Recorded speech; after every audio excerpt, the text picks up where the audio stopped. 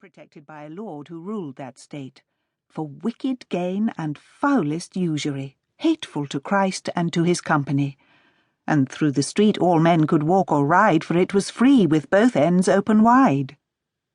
A little school of Christian people stood down at the farther end, in which there were children, full many come of Christian blood, that studied in that school from year to year the kind of lessons taught to students there, singing, that is to say, and reading too, such things as children in their childhood do. Among these children was a widow's son, a little chorister but 7 years old, who day by day to school had always gone, and any time he might the form behold of Jesu's mother, then, as he was schooled, it was his custom down to kneel and say his Ave Maria as he went his way. The widow thus her little son had taught always to worship Christ's own mother dear, Lady of Bliss, and nowise he forgot, for a good child is quick of eye and ear. But when I call to mind this story here, St. Nicholas himself appears to me, for he, when young, served Christ so reverently.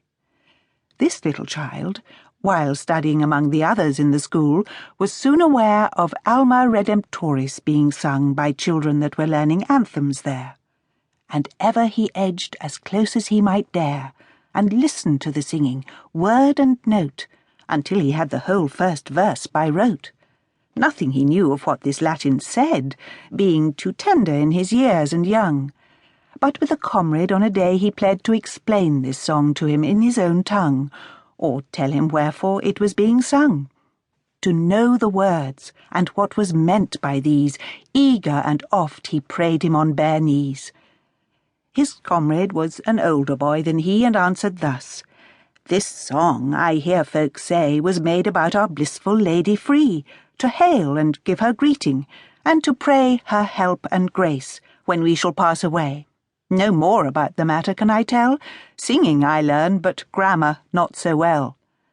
"And is this song made then in reverence of Christ's dear mother?" cried this innocent. "Now truly I will make great diligence to know it all, ere Christmastide be spent. Though in my work I suffer punishment, and thrice an hour be beaten for it," said he, "yet will I learn it, honouring Our Lady." Each day his fellow taught him privately while going home, until he knew by rote the whole, and sang it well and lustily from word to word according to the note. And twice a day the song would pass his throat. Once when to school, and once when home he went. On Christ's dear mother was his whole intent. This child passed through the Jewish colony, as I have said, in going to and fro. And there full merry would he sing and cry, "O Alma Redemptoris!"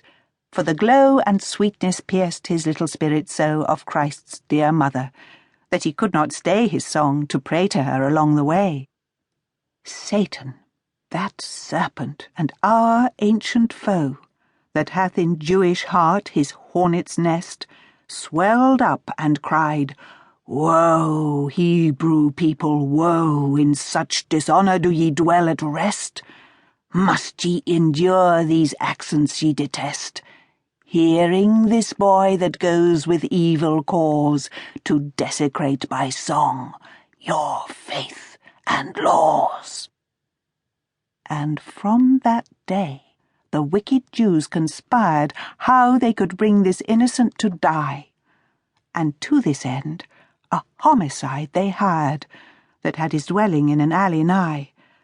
And as the little child was going by, this Jew leapt forth and seized him fast, and slit his throat, and cast his body in a pit.